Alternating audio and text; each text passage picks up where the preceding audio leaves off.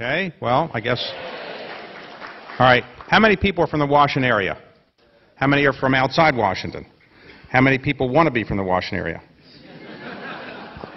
How many people came here because they want to figure out what to do with the rest of their life? Anybody? How many already know what they're doing? Okay, so I have 10 minutes to tell you everything you need to know about the rest of your life. And here's what I'm going to try to do. As you've heard, I'm a person who got very lucky in life. I came from very modest circumstances. My parents did not graduate from college or high school. I needed to get scholarships to go to college and law school. My father worked in the post office his entire life, made about $7,000 a year maximum. So it was a great advantage growing up that way. It didn't seem that way at the time, perhaps, but if you realize you have to do something on your own, you can work harder and perhaps maybe accomplish more in life.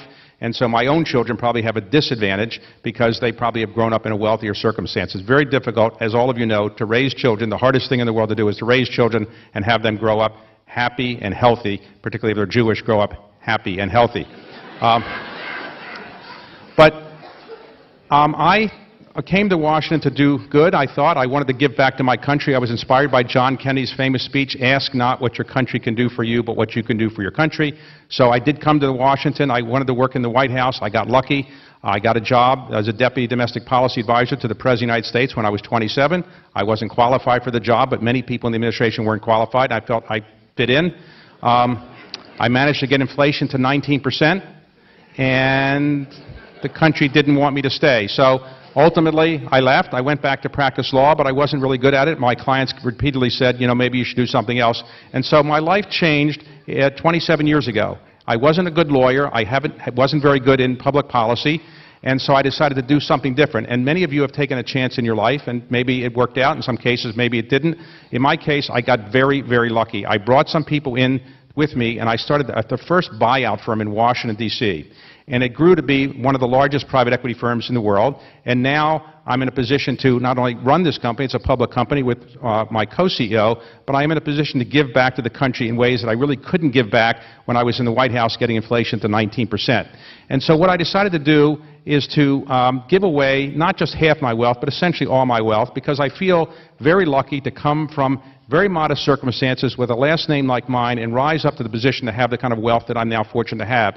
And so I don't think I could have done this in other countries, and I've decided to give it back to the country in many different ways. I've called this patriotic philanthropy, which is to say, to recognize how wonderful this country is, how unique the freedoms are and rights we have in this country. While it's imperfect in many ways and has had many problems over the years, and we're still struggling with some of these problems, generally I think there's no country in the world that is as good as the United States. And so I want to give back to the United States and do something that I can say, I feel that my time on this earth was worthwhile. We're only here for a very short period of time, and we're very insignificant in the grand scheme of things. Over 2 weekends ago, we kicked off the Smithsonian Capital Campaign, and I'm one of the co-chairs of it, and I had a chance to interview Jim Lovell. And Jim Lovell, you all know from Apollo 13, was the person who was on that famous mission, and of course, I asked him why NASA didn't recognize that 13 is an unlucky number and just skip 13 and go right to 14, but anyway, he didn't know why they used Apollo 13, but the thing that I was most focused on was not the Apollo 13 mission, but Apollo 8. Some of you may remember that was the first time that humans had gone around the Earth and exited the orbit of the Earth and gone to the moon. He wasn't designed to land on the moon, but to orbit the moon. And that was in 1968. And he and two of his colleagues, Bill Anders and Frank Borman, were the first humans that actually went to the moon. They went around it 10 times, and some of you may remember on the 9th time, on Christmas Day, 1968, they read a passage as they saw the earth rising, the first humans ever to see the earth rising. They read, "In the beginning, God created the heaven and the earth," and they went through the beginning of Genesis. And then I remember Jim Lovell said he put his thumb up, and he could block out the entire earth. And his entire life had revolved around the earth, as all of ours has, but you could block it out with just your thumb. And it began to realize how insignificant the earth is in the grand scheme of things, and how finite we all are, relatively speaking. And so that brought home to me what I'd already realized, that if you're going to do something meaningful with your life, try to pick something that you think is justifies your existence on the face of the earth. None of us really know why we're here. All of us have tried different things that make us feel that we've done something useful. We're here for 60, 70, 80 years, whatever it might be, but you have to do something useful. So one of the things I'm trying to do in addition to the difficult problem of raising children and making them happy and healthy, is to give back to the country. And as I say, I call this patriotic philanthropy. One of the things I tried to do was to restore the Washington Monument. It had earthquake damage. As you know, what I did is I said to the head of the Park Service, I'll put up the money, just repair it. He later came back to me and said, well, Congress is upset because they want to get some credit for doing something, so can they share the credit? I said, okay, they can put up half the money. And at one point I was asked if I wanted to climb up on the scaffolding. And there was scaffolding, some of you may remember, it was brilliantly lit, and some people said keep the scaffolding up forever because it looked better, but we ultimately took it down. But they asked me to go up and see at the top of the Washington Monument, have the greatest view you can have in Washington. It's 555 feet up. And so I got there one Saturday morning. The Secretary of Interior said she would like to go up with me. I said, okay, but she said she's a mountain climber, and it would be humiliating to take the elevator up. She wanted to climb up. I said, well, I wouldn't be humiliated. And she said she climbed Mount Rainier 7 times. I said, well, I've flown over Mount Rainier 7 times, but anyway, is there a defibrillator around? There is, I'll go up. So I climbed up, and they harnessed me and finally get to the top 555 feet. And I'm looking around. The Secretary of Interior is looking this way. The head of the Park Service this way.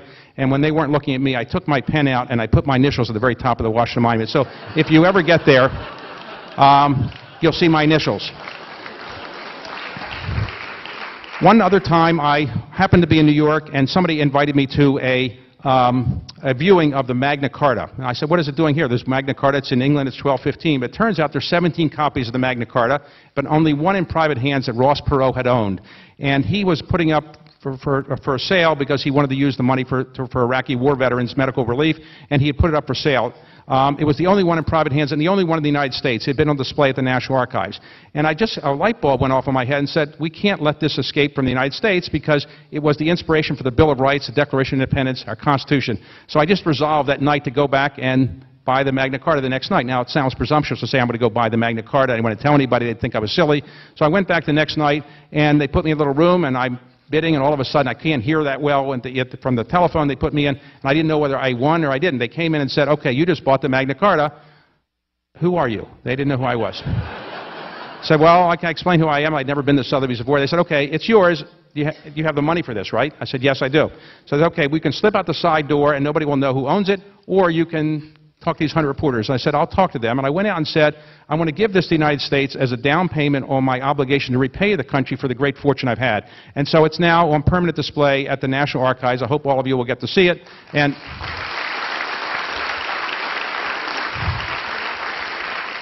I've subsequently bought other historic documents, the Declaration of Independence, the Emancipation Proclamation, and try to put them in places where people will see them. One other thing that was mentioned is, it's not my greatest focus, but I did want to do something to help the National Zoo. I was told they didn't have the money to keep the pandas here, so I said, okay, I'll put up the money to help the pandas. It turns out that there are only 1,600 pandas in the entire face of the earth. There's 7 billion people, 1,600 pandas. Why are there so few pandas? That's because they don't reproduce quite the way humans do. A female panda goes into estrus only for 4 hours a day, 1 day a year.